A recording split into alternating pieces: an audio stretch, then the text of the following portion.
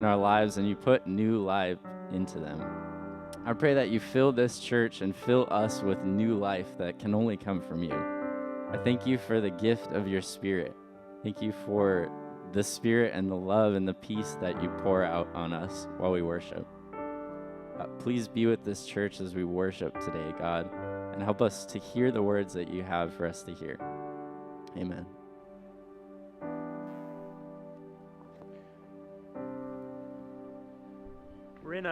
We're in a series called Relationship Resolutions.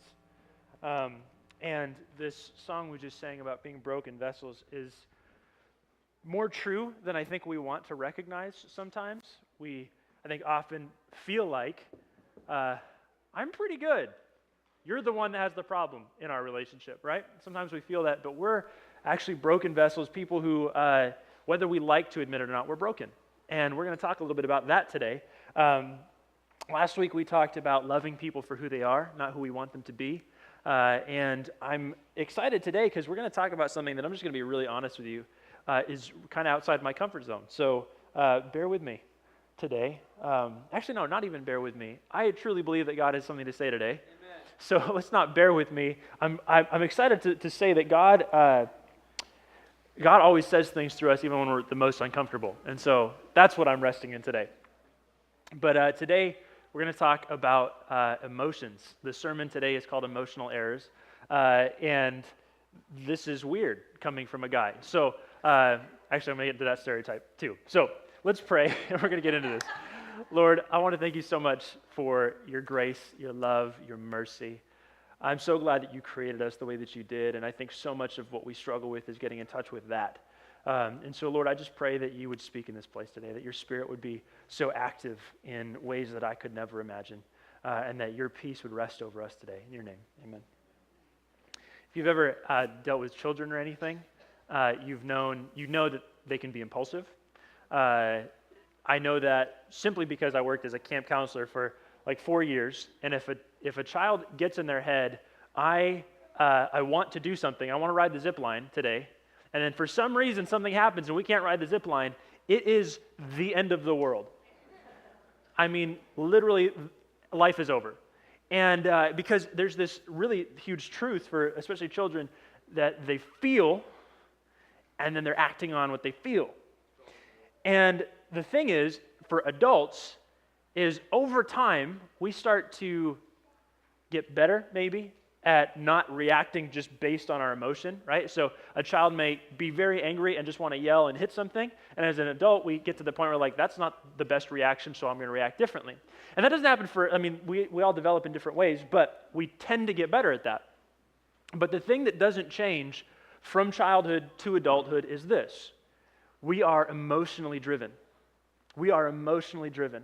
Whether we want to admit it or not, we are emotionally driven. In fact, people who had the emotional centers of their brain damaged, they did a study, and people who had the emotional centers of their brain damaged, they could function relatively normally, except that when it came to prioritization, meaning that if you have a list of tasks that you need to do, if your emotional center of your brain isn't working, you can't prioritize what to do, because you prioritize based on how you feel. I feel that this should happen first, therefore I do it. Or this person is relying on me, so I should get this done first. And so we prioritize based on how we feel. And it's interesting because there's this truth that comes with all of this. And there's a physical reason for this, but I'm going to say this first. We feel before we think. We feel before we analyze. We feel before we think about how we're going to feel. And there's a physical reason for that. If you touch something, the nerves in your fingers will send electrochemical signals through your body to your brain. They will all enter at the base of your brain, and they'll travel through your brain. Now, this happens so quickly. As soon as I touch this, I can feel something, but it just happens so quick. But there's something that happens in sequence in your brain, and that's that the signals travel through your limbic system first, the limbic system part of your brain, which is where you feel. Okay? Limbic system is where you feel. It hits that first, and then it gets to this thing called prefrontal cortex, which is where you process complex thought. So there's this just physical reality. You feel before you think about how you feel. Kind of mind-blowing, right? Actually, no, not mind blowing. That's just how your mind works. So, just normal mind. So that's why marketing works well. In fact, while I was working on this sermon, I was listening to Spotify, and I have Spotify, the free version, and so this ad came up, and it said, "Oh no, the ice cream is looking at you. It's luscious chocolate. It's smooth vanilla. You know what? You should take it. You deserve it. Because life is better when there's nothing limiting you. And that's why you deserve Spotify Premium, where you can choose whatever song you want to listen to at any time." And the funny thing is that ad weirdly drew me in. Because when they said, "Oh no," I was like, "What?" They said, "The ice cream is looking at you." I was like, "What?" And then they said, "The luscious chocolate and the smooth vanilla." And I'm like, that does sound good. and so it hits on that. Like it hit this feeling of like, oh, that sounds good. And then it hit on this, you know what, you should take it. You deserve it. And it hit on this like, yeah, I deserve it. Yeah, that's right. And then it hit on this like, because life is better when there's no limits. And it kind of hit on this feeling that's like, I'd like to control my life. I'd like to get to choose just everything that I do and just be able to do whatever I wanted. And it hits on all of those feelings before it ever gets to your prefrontal cortex, which is like, dude, you had ice cream literally 10 seconds ago. But that doesn't matter because you felt it first. And that's the reason that marketing tends to work on us, because marketing hits on our feelings before it hits on what we're thinking about our feeling, or before it gets to how we're thinking about our feelings. And the thing is that marketing is just capitalizing on the way we're created. God made us this way. God intended, it said in Psalms 139, we read this last week, God knit us together on our mother's womb. And however that works, the reality is, what the author is trying to portray is that God did not make a mistake with you. And so, yes, sin has messed us up, and yes, we get some broken stuff in us, but the basic way of how we work is how God intended it. So we feel before we think. And that's what, actually, this is a bonus, that's why when you see a snake, you often react before you realize it's a snake. Because your limbic system was like, snake! And you jumped, and then you're like, oh, there's a snake there. That's the weird thing how that happens. So that's a reason that our brain functions this way, but it can get us in trouble. And so, there's this tragedy about sin, which is we were always intended to live in a world that was safe, that was kind, that was compassionate, that was full of love. The reality is that we live in a world that's full of abandonment, that's full of pain, that's full of people stepping on each other, that's full of all of these things that we were never meant to live with. And that this world we live in hasn't really damaged our logical processing, it's damaged the things that we feel. Because from a very early age, you're feeling stuff that you don't know how to process through. And later on in life, you may feel something that triggers something earlier on.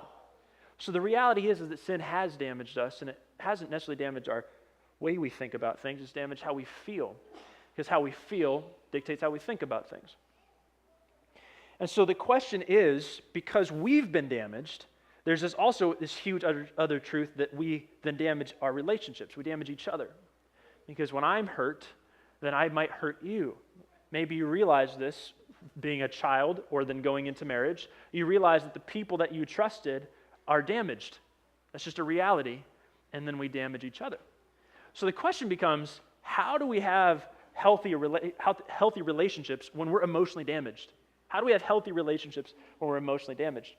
And I think the major factor is we have to learn how to deal with our emotions. And this sermon is taking a little bit of a different track than I normally would, because normally I'd say let's read a verse and let's exposit that and go from there. But today I want to talk about this kind of big picture idea about emotions and why we need to deal with them, and three things that I think are really true about getting in touch with our emotions. That sounds so weird, getting in touch with our emotions. Sounds weird, but I think it's so true, and it has so much to do with our spiritual health too. The first thing that I want to talk about today is you are more emotional than you think you are. You are more emotional than you think you are.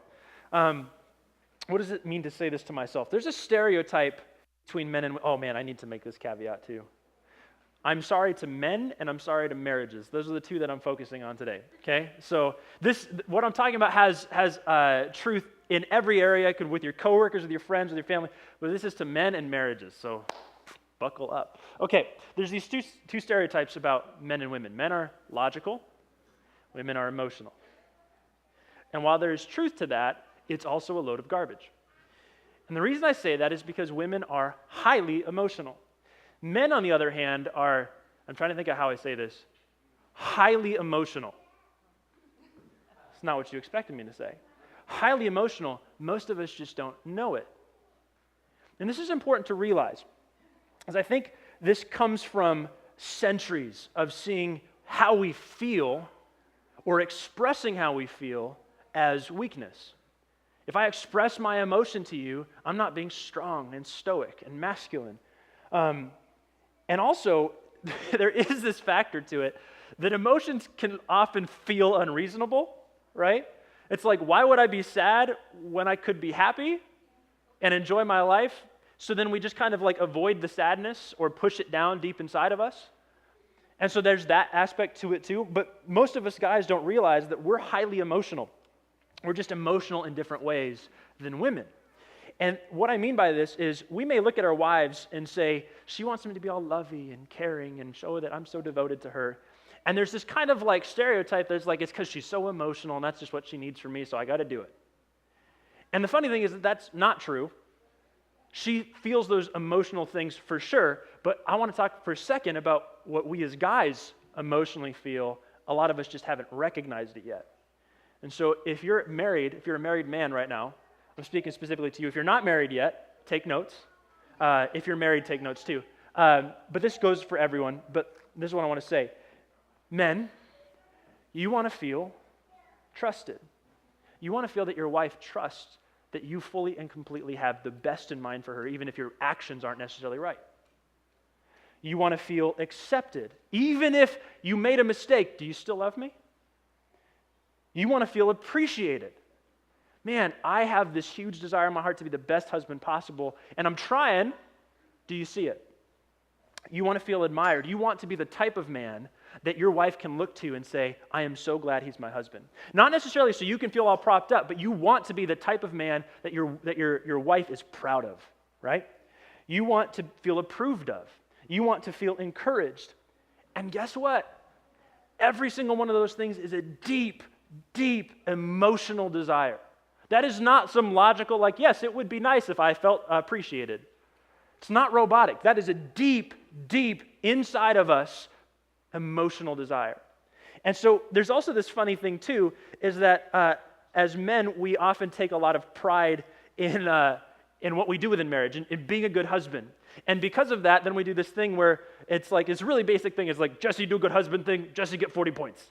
That's just how we think about it, right? Like almost caveman basic, just like Jesse, do good, Jesse, get points. Perfect, right? Okay.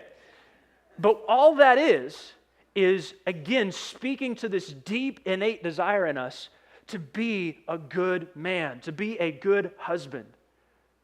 That's not logical, that's emotional. That's a feeling that we are desperately trying to feel.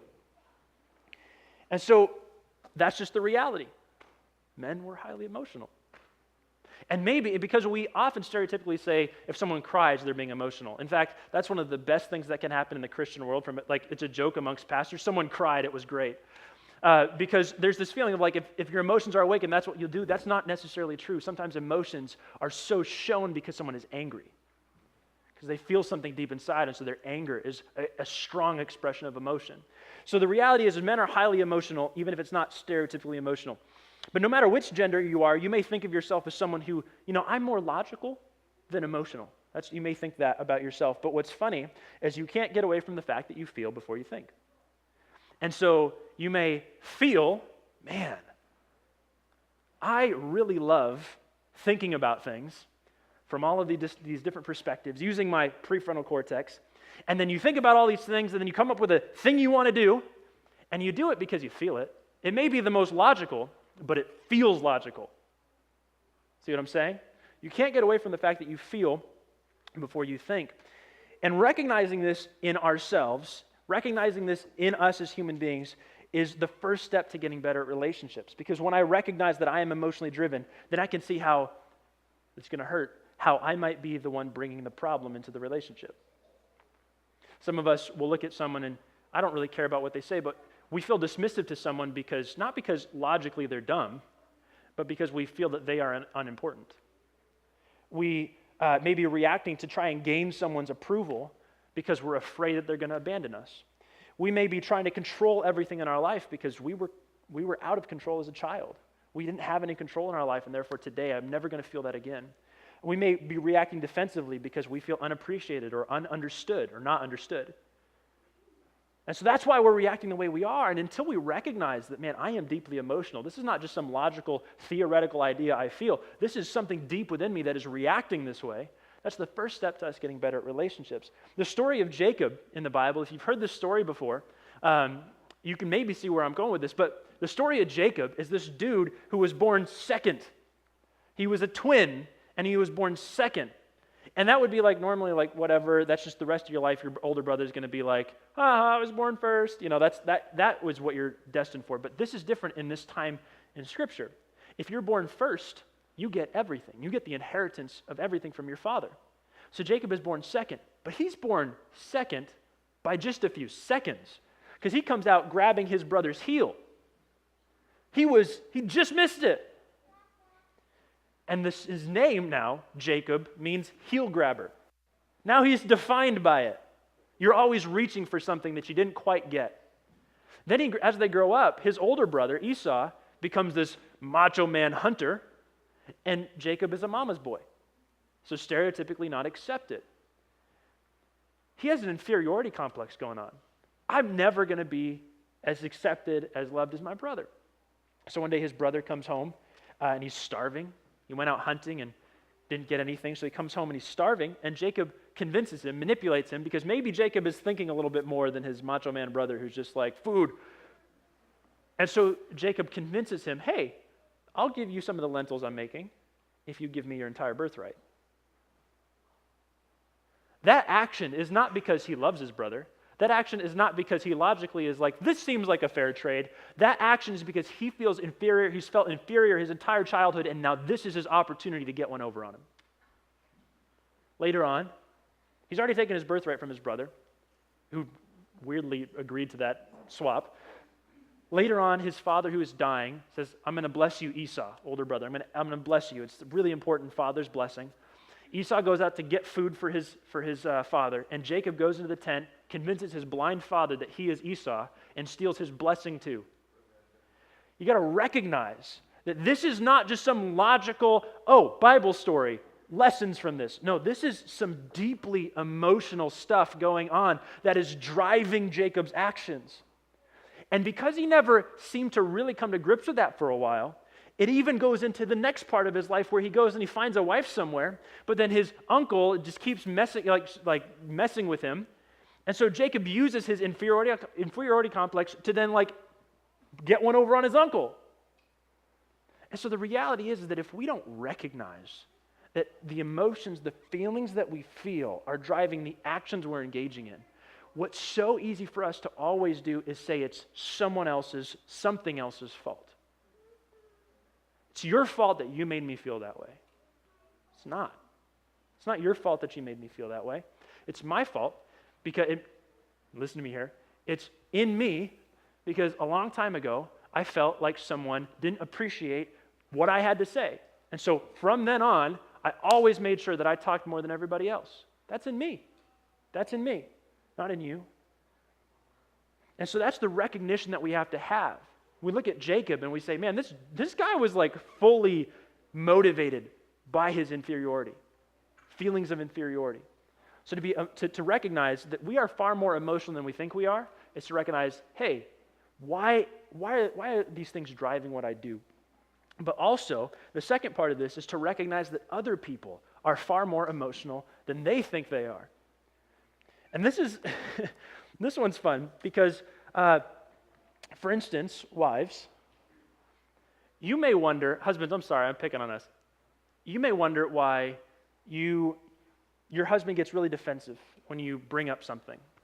You may bring up man, I didn't really feel listened to. And so you bring that up and he gets defensive. And it doesn't make sense why he's so defensive. And he's trying to weirdly manipulate the logic of it to making it your fault. And you're sitting there what in the world? Why is this happening? Here's why he's doing it. And I'm going to want to be very vulnerable with you guys today. The reason I can say this is because this has been the plague in my marriage before I realized, man, this has so much to do with me, not with her. This is why I want to explain this. The reason he's doing it is because, again, men, we don't realize how emotional we really are. And so we don't realize how when she says to me, I didn't feel listened to, it awakens a whole list of things in our lives that we are not even aware of. And so what we think was, you're saying that I'm not a good husband, that I messed up, so I'm not a good husband. You're saying that I'm not worthy of being admired because I didn't listen to you. You're saying that you don't approve of me right now. You're saying that you maybe won't love me until I get better. You're saying that you don't trust that I care about you more than anything. And so we get defensive because there's this deep, driving, emotional thing deep inside of us. And to fail to see that in other people, to just kind of assume that, man, why are they doing this? This is ridiculous. Why would you do that? Why would you say that? Why? To fail to recognize that someone else is far more emotionally driven, they're driven by their feelings far more than we might think, is to realize, man, there's something inside of them that is causing this. Something deep inside of them that is causing this. I love Jesus because Jesus created us, and he recognized this in his time on earth. He recognized that people were so emotionally motivated. His disciple Peter said to Jesus, if everyone else leaves you, I won't. I will stand by your side. I will fight to the death. I will be there. And just this is what Jesus says. Jesus goes, yeah, Peter, but tonight, before this night is over, you're going to deny that you know me 3 times. And I'm sure Peter was hurt by that, but then that night he denies that he knows Jesus 3 times because Jesus is arrested. And Jesus is taken to a trial, and Peter doesn't want to be part of that. He goes, he's got some courage, so he goes to the area, but then someone recognizes him, like, no, I don't know Jesus. Does that 3 times. And he feels awful about it. Because after the 3rd time, there's this idea that he makes eye contact with Jesus. And can you just imagine that? Like how just sad that would be to recognize, I told you I would stand by you for everything. And here I am denying you. So he leaves. Jesus is nailed to the cross. He dies, but he rises back to life.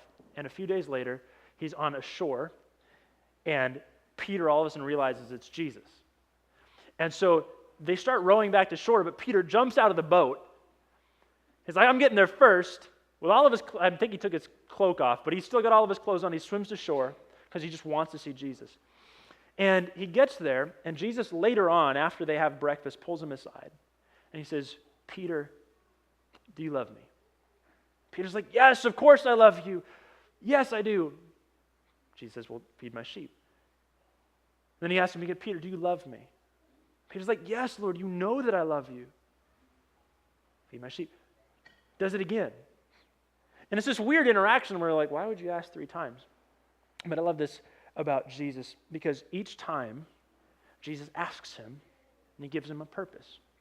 And the reason he says, feed my sheep is because I think that Peter recognized deep down inside this, maybe he didn't recognize this, but he felt this, that I've messed up so much. How could I ever be part of this ever again? And Jesus says, you love me. And I think that Jesus knew. He didn't need to ask Peter 3 times to know it. I think he knew the whole time, Peter, I know you love me. But he wasn't really asking Peter for Jesus' sake. He was asking for Peter's sake. Peter, do you recognize this? You love me. Peter, do you love me? Yes, I love you. I know you do. Peter, do you love me? Yes, I love you. I know you do. And now you know it too. Recognize that. That what you did doesn't necessarily mean that you have a bad character, that you are a bad person. You made a mistake, but I know deep down who you are. I know deep down who you are. And sometimes I think Jesus is saying that to us. I know deep down who you are. I know why you're motivated this way. I know why, Peter, you were so motivated to say, yes, I'll stand by you, and I know exactly why you were so fearful and then didn't do it. I get it. And I think what God is calling you and I to this year is to recognize that that person is far more emotional, far more emotionally driven, things they may not even understand, pain, trauma that they may not even know of. coping mechanisms they may never have realized they built. And that is driving their actions. The next thing I want to talk about, this is the second thing, is this. It's okay to feel like you do. It's okay to feel like you do. I was driving somewhere this week, and I felt a lot of pressure on me. And it was actually pressure about this sermon. Again, it's out of my comfort zone, not something I'd usually talk about. Felt pressure. But because it's something that's related to God, I then felt pressure from God. And because I felt pressure, we do two things under pressure. We either overwork ourselves or we avoid. And I was in avoidance mode. I was fully in avoidance mode. I didn't want to touch it, didn't want to go anywhere near it. I didn't even really want to talk to God because I was feeling pressured. And feeling that emotional pressure just made me, I don't want to deal with it. And so I'm feeling all this. And as I'm driving, I remembered something I had read, and it said this: don't assign good or bad to your emotions. Don't assign the label good or bad to your emotions. And when I read that, I was like, that sounds weird, and some weird psychological thing that, yeah, whatever. But in the moment, it struck me, and it all made sense. It was this: I felt pressure, and so I was avoiding. And because I was avoiding, I felt guilty about avoiding. And because I wasn't doing what I should, I felt irresponsible. And so what was happening is I felt bad, and then I was piling and piling and piling and piling more on top of that. And so I was just avoiding even more. I didn't want to do anything about it. And ultimately what I was doing is I was telling myself, I'm a bad person. Maybe not saying those words, but I'm a bad person for feeling the way I do. And what's funny is we do that. Maybe you've done it. You feel angry. You're like, I shouldn't feel angry.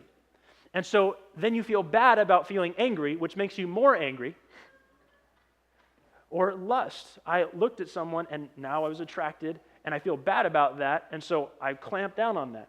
I don't feel good about myself.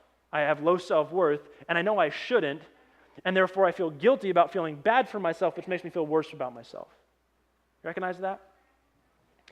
And when we don't attach the label of good or bad to a feeling, then this is what I think is so great, is you can actually take that feeling for what it is. Recognize you're created this way. This is important. I think this is something we have to recognize. You're created to feel before you think about it. So the reality is that based on certain things in your life, you are just going to feel something. In fact, guess what? You're created to feel angry. Given the appropriate things and appropriate stimulus, that's a fancy psychological word, stimulus, you are actually programmed to feel angry. You're supposed to when something is unjust. And the thing is it may not actually be unjust, but you may feel that it is, and so you feel angry. And that's important to remember because we beat up on ourselves because we feel a certain way and we don't think we should. The reality is that maybe you shouldn't feel that way. Maybe it's wrong, but it's okay to feel it. Maybe it's not, I should have made this distinction. Maybe it's not logically right to be angry about it. Yeah, that person cut you off and it wasn't the worst thing in the world, but you're mad because they think that they're better than you. That's really what's getting you. That's why you feel angry, and that's okay to feel. And when you don't attach the label of good or bad to your emotion, then you're actually able to take that emotion and say, why do I feel what I feel? And this is important, and the reason I say this is because I think you see God do this in the book of 1 Kings. He says to Elijah, the book of 1 Kings, this is chapter 19, Elijah is in despair. He is frustrated and angry because he feels like he's the only one. And this is what he says. He's the only prophet in Israel. He says, I have been very jealous for the Lord, the God of hosts. For the people of Israel have forsaken your covenant. They've thrown down your altars and killed your prophets with the sword. And I, even I, only am left. And they seek my life to take it away. And he's hurt and he's mad and he's frustrated. And he's like, God, I have given everything for you. And look at me alone now. And not even just alone, they want to kill me. What's up with this? And he's in a cave, alone, by himself, just mad. And so God shows up. And God shows up, and there's a fire, and the fire is crazy big. There's wind that's so strong it blows rocks apart. There's an earthquake, and God isn't in any of those. And all of a sudden there's this still small whisper. And that's where God is. I think sometimes we want God to show himself to us in all of these crazy grand things, and we forget how close he is to us, that he's so close he only has to whisper. And he says to Elijah, hey, I want you to come out and I want you to tell me again, why are you despairing? Why are you so hurt, mad, frustrated? And so Elijah comes out and he repeats it all. And it's funny that the way God reacts to Elijah, because he doesn't say, really? Like, you really think that? Is that really what you're going to say? Like, why do you feel that? You got to know that I'm bigger than just you. He doesn't say any of that. He says, Elijah, I want you to go anoint that guy king. I want you to go and anoint that guy your successor as the prophet of God. I want you to go do those couple things. And then the last thing God says to Elijah is this. By the way, I have 7,000 that haven't knelt down to Baal. I have 7,000 that are still following me. And I love this because what God does is he does not assign, Elijah, it's bad that you feel that. How dare you not trust me? How dare you do any of that? Why are you not a better prophet? He doesn't pile on all of this negative stuff onto Elijah's feelings. He lets Elijah feel it, and then he says, by the way, though, I just want you to know, I got 7,000. You're not the only one. You're not alone. I'm with you. They are too. And this is important because if God isn't piling a bunch of shame onto your emotions, why am I? If God isn't piling a bunch of stuff like, how dare you feel that, Jesse? How dare you think that? How dare you feel so ridiculously frustrated about that dumb thing? He's not doing that. He's like, I understand why you feel it. I get it. It's okay to feel that way. Now, maybe it's not okay to act on it. And maybe what you feel is based on faulty information, but it's okay to feel it. And sometimes we need to recognize that. It's okay for you to feel hurt by what she said. It's okay for you to feel hurt by what he said. It's okay for you to feel abandoned by that person, even if they didn't actually abandon you. It's okay that you feel it. And when you say that to yourself, then you can recognize, man, okay, I feel abandoned by them. It's not bad, but now I got to look at it. Now I got to understand, why do I feel abandoned? And you may find in that time, I wasn't right. The reason I felt that wasn't right, but it's okay to feel it. And you recognize that. We need to recognize that about others. It's okay for them to feel too. Husbands, a lot of the times we go, I said husbands, is it going to hurt? Husbands, a lot of time we are at home and maybe our wives come home and they're like, someone looked at me funny today and I don't think they like me anymore. And we're like, that's the most illogical thing I've ever heard in my life. They probably just weren't thinking about how their face was, right? That's all it was. And so we do that and then we say, yeah, honey, it's okay. Like, I just think don't worry about it. Don't worry about them. You know, it was just their face, whatever. And we think that we're helping. But what we're really saying is that you're dumb for feeling that. You're dumb for thinking that. You're dumb for feeling the way. Here's the thing, though. Remember, we feel before we think, right? We feel before we think. So the reality is even if it's illogical, it's real. Sometimes we got to remember about other people what they feel is real, even if it doesn't seem right. Some of y'all need to write that down. We need to remember this about other people, that what they feel is real, even if it doesn't seem right to us. And so when we're dealing with that, we have to recognize that what our wives may feel is real, even if it doesn't seem right. And so when we recognize that, guess what we can do? We can approach it with understanding and empathy. Man, that would really feel awful if you felt like someone didn't like you just because you were there. And when you can understand and empathize from that place, you know what's funny? Is that over time either you or your wife, who already probably knew this but felt differently, will say, yeah, you know, it was probably just their face. But we want a shortcut and we dismiss people's emotions. We say, oh, don't worry about it. It's fine. It'll get better. God is in control. And you're like, I don't feel any of those things. So that's why we have to understand that what someone is feeling is real, even if it isn't right. And when we understand what they're feeling, hear me out on this, we are understanding them.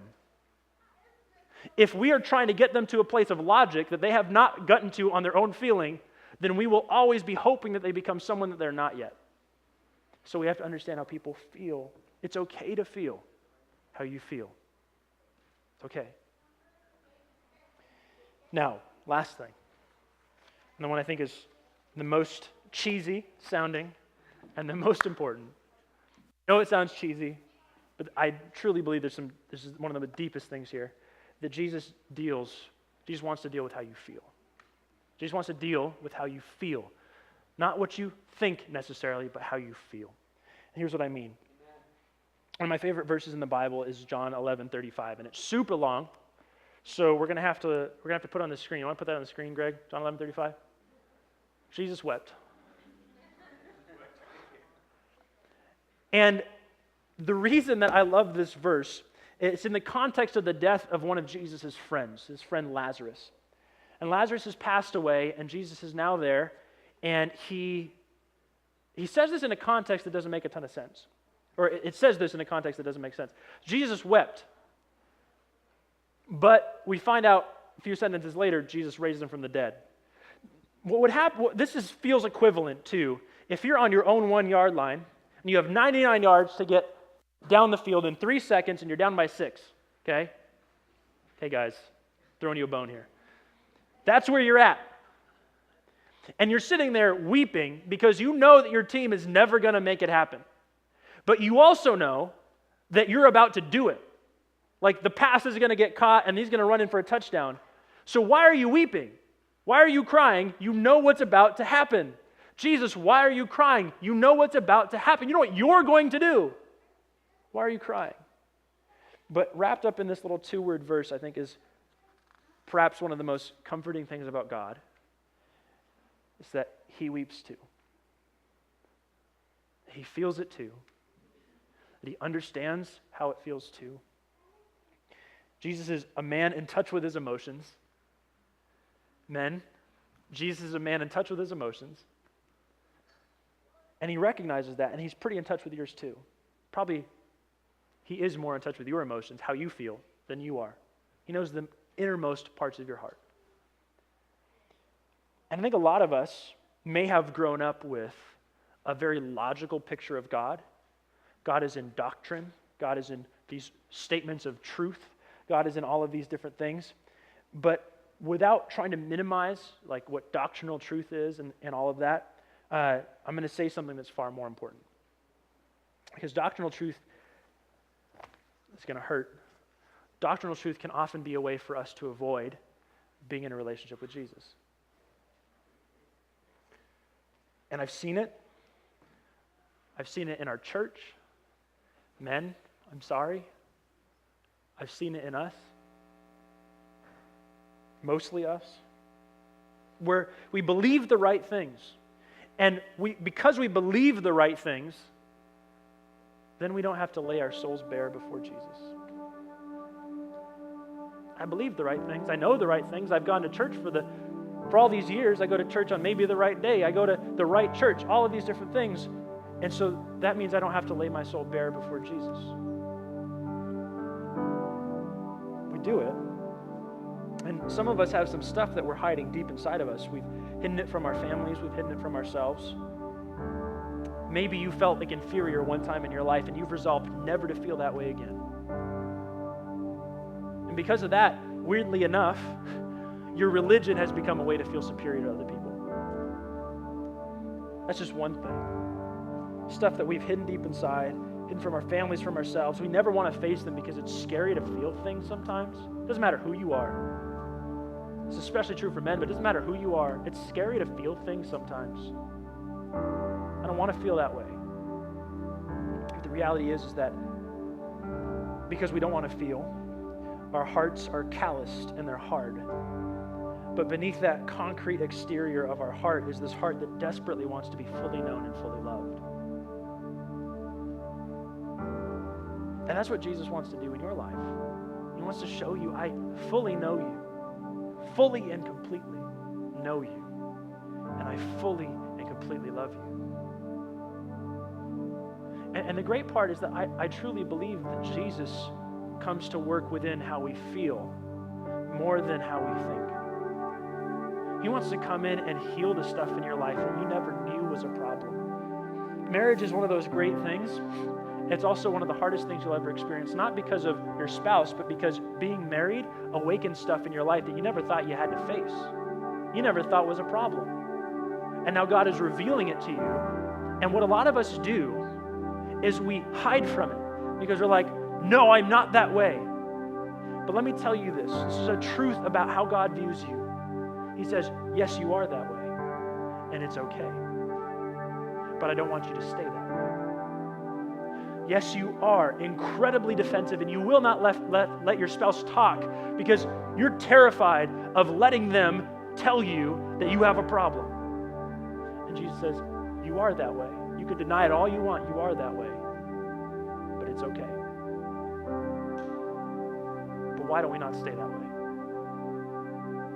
Yes, you don't ever want anybody in your life to tell you you have a problem. You have a problem. You've had a problem just like everyone else in sin. It's broken you. It's broken everybody around you. It's okay that you're broken. But I've come that you might have life and life abundantly. In fact, I gave my life. I died because of your brokenness. I died because you nailed me to a cross.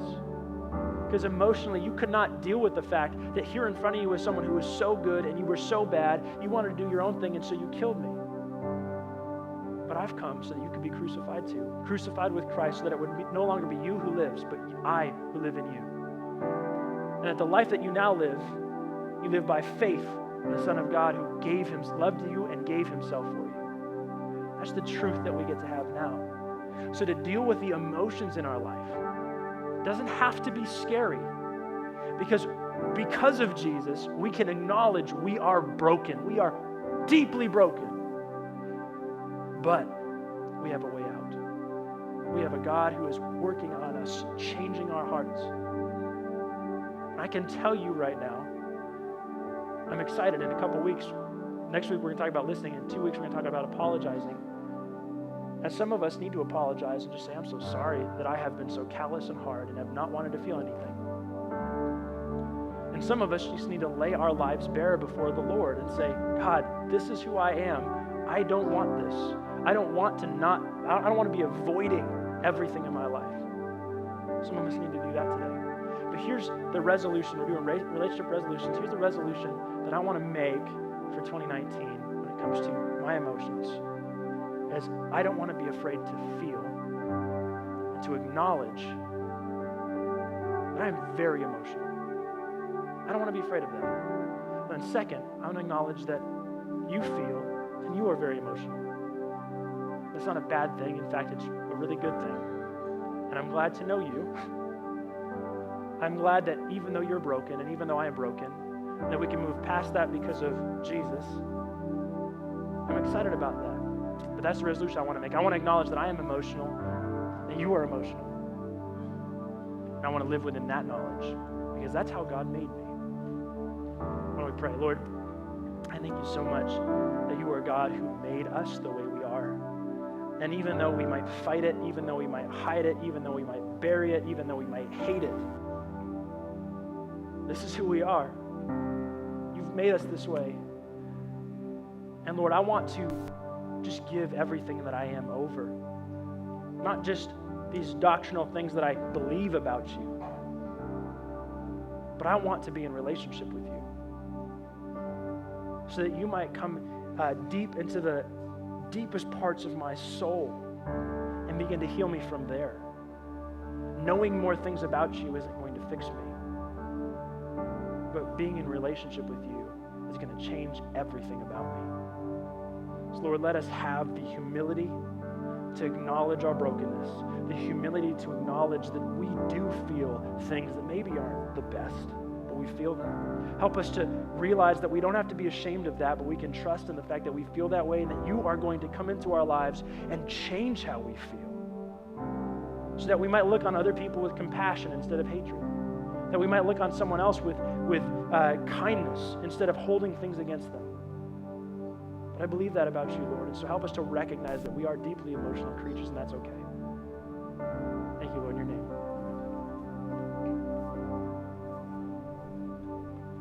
Let's all stand together as we sing one more song.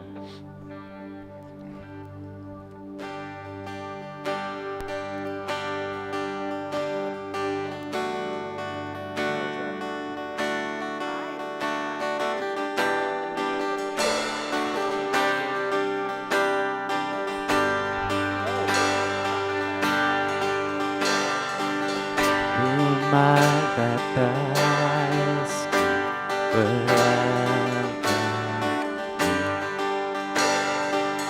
I was lost, but he brought me in on his love for me. Oh, his love for me. Who the sun sets free, oh, is free indeed. I'm a child of God. Yes, I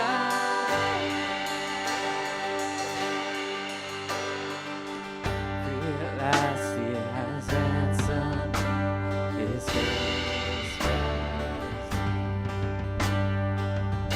while I was a slave to sin. Jesus died for me. Yes, He died for me. Who the Son sets free, oh, is free indeed. I'm a child of God. Yes, I am. In my Father's house, there's a place for me. I'm a child of God. Yes, I am.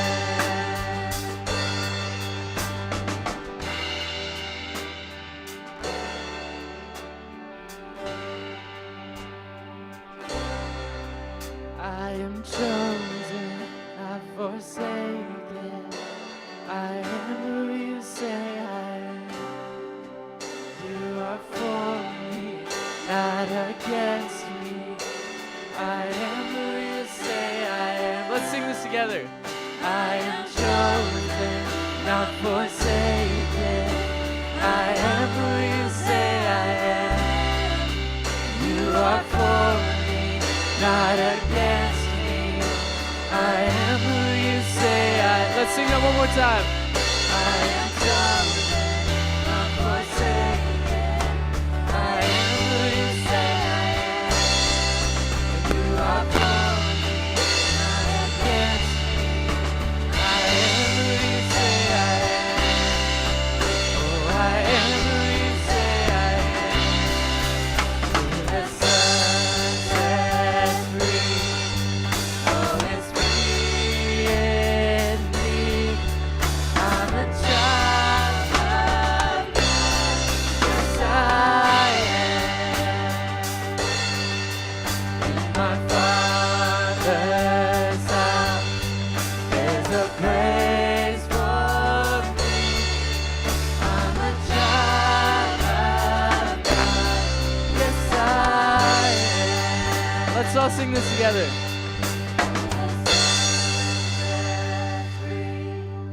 Oh, it's free indeed. I'm a child of God. Yes, I am. God, there are a lot of us who've been so hurt by our past, by potentially fathers or mothers, grandparents, family members, other people in our lives that just said we weren't good enough for them, and we would never live up to their expectations. Just disappeared, never showed up, never again. But Lord, what I love about you is that in you I have a Father, a good Father, who has loved me, who has heard me, who always cares, who is always kind, who is never far. And in you, Lord, I have the opportunity to be made whole, to not struggle with all of the same things that I've been going through over and over and over again in my life. To have the opportunity to be made free from the traps that I've laid for myself. So Lord, as we leave this place recognizing that we are deeply emotional and feeling people, help us to remember that it's in you that we are made whole and restored to who we were always meant to be. Thank you, Lord. Let us leave this place looking at our ourselves and each other differently. You name it. Amen. Thank you, everyone. Have a happy Sabbath. We'll see you.